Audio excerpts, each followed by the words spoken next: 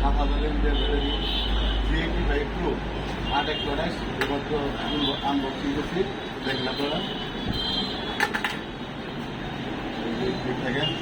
তো এটা হলো অর্ডার স্ট্যান্ড, 1 বছরের ওয়ারেন্টি প্লাস এটা আপনার স্ন্যাপড্রাগনের প্রসেসরটা অনেক শক্তিশালী এবং ব্যাটারি ব্যাগ অনেক সুন্দর, 7,000 এমবিআর ব্যাটারি, সেটাও দেখতে অনেক মানে গর্জিয়াস।